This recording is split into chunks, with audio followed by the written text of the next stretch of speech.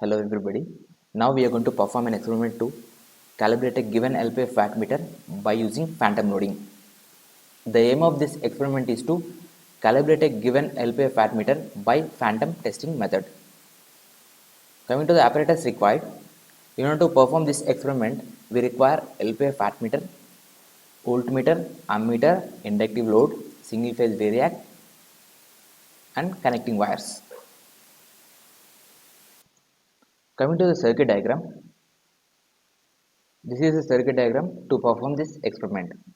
Okay, here this is current coil of wattmeter, this is pressure coil of wattmeter.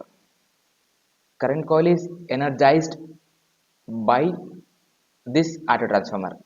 Here we have two auto transformers. Okay, this is one of the single phase variacs and this is the other single phase variac. Here we have two auto transformers. Okay, current coil of wattmeter is energized by this auto transformer. Pressure coil of wattmeter is energized by another auto transformer. Okay, so we have two auto transformers. This is energized by one of the two wattmeters and this pressure coil is energized by the other single phase variac. Okay, these two are energized separately by different auto transformers. 230 volts is given to this supply, and here ammeter is connected in series with the load to find the current which is flowing through the load. Here we use RL load, series RL load, inductive load. Okay, and here value of R is 110 ohms and the value of L is 320 millihenry. Then you can find the power factor by using the values of R and L. Okay, anyhow the frequency is 50 Hz, so you can find the power factor of this load. It is nearly equal to 0.8. Okay, calibration of LPF wattmeter means here this is the meter which is under test, this is the wattmeter which is under test. Okay, you are going to compare the value given by this wattmeter which is under test with the value getting from voltmeter, ammeter and power factor of the load. Okay, this measures power. This is the meter which is under test. Okay, then this will be measured value. You are taking this as measured value. Okay, this is the meter which is under test, so which measures power, so which will be measured value. Now you can get voltmeter reading, ammeter reading, and we have power factor from the values of R and L. So you are going to get another power. Okay, VI cos phi. Okay, that is true power. Okay, power getting from this meter which is under test is measured value. Power getting from these two instruments and from the load is true power. So you are comparing the power measured by this wattmeter with true power given by these two instruments and the load given by the load. Okay, that is mean by calibration. That is mean by calibration. Okay, you are comparing the value given by the meter under test with the value given by all these two instruments and power factor of the load, value given by the load. Okay, that will be true power. Okay, you are comparing these two powers and finding percentage error. Okay, here what we are going to do is, here we are applying rated voltage. Rated voltage is applied to this pressure coil, and now the range of ammeter is 0 to 5 amps. So you are increasing the load gradually. Okay, you here we vary variac until you read rated voltage, that is 230 volts. Now here you vary this variac until it reads some value, until it reads 0.5 amps. Let 0.5 amps current is flowing to the load, let it flows through this load. Okay, so until you read 0.5 amps, you vary this variac. Okay, that is the step one. Okay, uh, uh, now you note down all values. Okay, value obtained by this voltmeter, value obtained by this ammeter, and you know the value of power factor. Okay, and you have to note down the value given by this LPF wattmeter also. Okay, now voltmeter reading into ammeter reading into power factor gives power, that is true power. Power given by this wattmeter will be nothing but measured power. You are going to compare these two powers and finding percentage error. Okay, measured value minus true value by true value into 100 is nothing but percentage error. Okay, similarly, for different load currents, you are going to note down all meter readings. Okay, means case 1, coming to case 1, you vary this variac until it reads 0.5 amps. That is case 1. Okay, you are going to note down all readings given by all instruments. Now coming to case 2, you vary this variac until this ammeter reads 1 amp until this ammeter reads 1 amp. Okay, that is case 2. When it reads 1 amp means you note down all readings. That is case 2. Coming to case 3, again you vary this variac until it reads 1.5 amps. 1.5 amps. Okay, that is case 3. Okay, likewise you vary load current stepwise. Okay, you vary this load current in steps and note down all readings given by all instruments: voltmeter, ammeter, wattmeter. You know the value of power factor from the values of R and L, and you'll find percentage error. Okay, coming to the procedure, connections are made as per the circuit diagram. Before switching on the supply, you have to keep auto transformers in minimum position. Okay, you keep variac in minimum position before switching on the supply. Okay, you apply rated voltage to pressure coil. Now by varying the auto transformer which is connected to the load in steps of 0.5 amps, note down the values of voltmeter, ammeter, wattmeter. The experiment is repeated for different values of current at constant voltage. Okay, after noting the values, slowly decrease the auto transformers till ammeter and voltmeter comes to zero position and switch off the supply.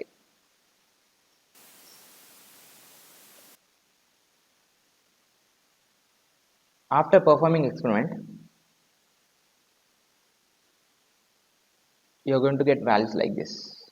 Okay, while performing experiment, if you connect 0.5 amp load means anyhow you are keeping rated voltage, anyhow let it reach 220 volts. Let me apply 220 volts. Okay, you can also apply 230 volts. Okay, then this is the reading given by wattmeter. Okay, voltmeter reading into ammeter reading into cos phi getting from the values of R and L. Then you are going to get true power. Okay, you are comparing the value given by meter under test. Okay, this is measured value and this will be true value. Okay, you are comparing these two values means by finding percentage error you are going to compare these two values. Okay, this is the meter which is under test, so this will be measured value, this will be true power. Okay, you are comparing these two values by finding percentage error. Okay, similarly you increase the load, you gradually increase the load in steps. Okay, 0.5, then after 1, then you don't note down all values. Okay, you vary variac which is you vary variac which is connected to current coil until ammeter gives 1 amp. Okay, then you note down all readings, then you can find percentage error. Okay, similarly you apply 1.5 amps, then after 2 amps for different loads you note down all readings and finally find percentage error. Okay, this is all about this experiment. Hello students, this is the panel board to perform calibration of LPF wattmeter by phantom loading. Okay, let us observe the components in the panel board. So, this is MCB which is used to protect the entire panel from high currents, and you can see this is an indicator which blinks when the supply is given. Here it is a line fuse which is also protect the panel from high currents. This is variac 1 and this is variac 2 which are used to give the variable supply to the experiment, okay, which are rated at 230 volts, okay. And you can see two panel meters, one is used to measure the voltage and one is used to measure the currents. Here we are measuring the voltage across the pressure coil of the wattmeter and the current is in the current coil of the wattmeter, okay.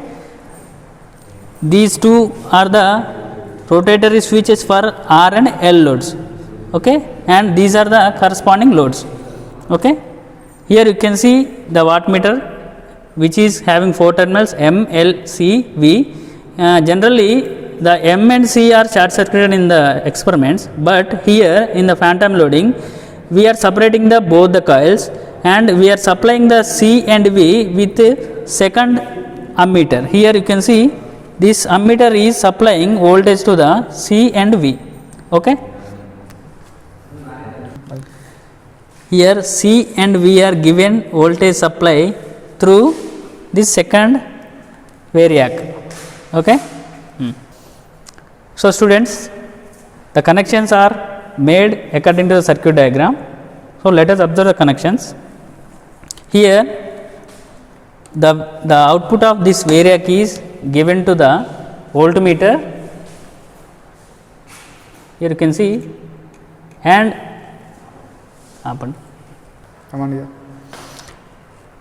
so here the terminals of variac are connected to the CV terminals of wattmeter through a voltmeter. This voltmeter measures the supply voltage, okay. Now the second variac terminals are connected to the ammeter and the negative terminal of ammeter is connected to the main terminal of wattmeter, and the L terminal of your wattmeter is connected to the load which is RL load connected in series. You can see this R and L are connected in series, and the negative terminal of choke is connected to the negative terminal of the variac, okay. This is the circuit diagram for wattmeter phantom loading. Here you can see a power factor meter which indicates unity power factor lead. Here you can see LPF power factor meter which indicates unity power factor and leading power factor as well as lagging power factor. You know, for resistive load the power factor will be unity, for inductive load the power factor will be lagging, and for capacitor load the power factor will be leading, okay. Here we are using RL load, so the power factor will be in lagging nature, okay. So here you can see this is a low power factor wattmeter, because we are using RL load we have to use low power factor wattmeter. Here you can see the terminals, you can see the terminal here mentioned as M, you can see this is M and this is L, common for C, C for common, and this is a line voltage, okay. As I earlier mentioned, this M is given from the negative terminal of the ammeter. Here this terminal is given to M, and L is this L is given to the load terminal. This blue color line is given to the load terminal, okay. And C and V are connected across voltmeter which is supplied from a variac, okay. Let us start the experiment. So before starting the experiment we have to make sure that the positions of both the variacs should be at the minimum position, okay. Okay. So I am going to turn on the experiment by switching the MCB. You can see the indicator, that means we have getting the supply.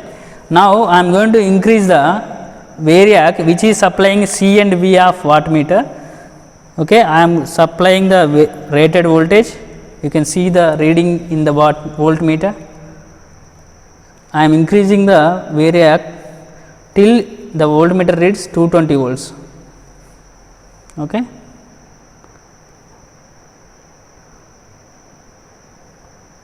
Okay. Now I am going to apply load on the wattmeter. This is R load and this is L load. Now you can see there is no deflection in the wattmeter because there is no load current. So in order to get load current, I am increasing the second variac by step. You can see the ammeter reading. I am increasing the variac, second variac. I am increasing it to 0.5 amps. Okay. Now you can see the wattmeter reading in the wattmeter. You can see the deflection in the wattmeter, which is around 9 watts. Okay. Now I am increasing the variac such that the load current will be increased to 1 amp. Okay. Now corresponding wattmeter reading can be seen, which is of, you can see the increase in the power factor wattmeter for 1 amp load current, which is around 18 watts. Okay. So in this manner we have to calculate voltmeter reading, ammeter reading and corresponding wattmeter reading, and we have to calculate the wattmeter error. So this is calibration of LPF wattmeter by phantom loading. So now I am going to turn off the experiment. Before that, I have to reduce the second variac to the minimum value and first variac to the minimum value, and I have to turn off the loads. Then I can switch off the supply from the source. Thank you.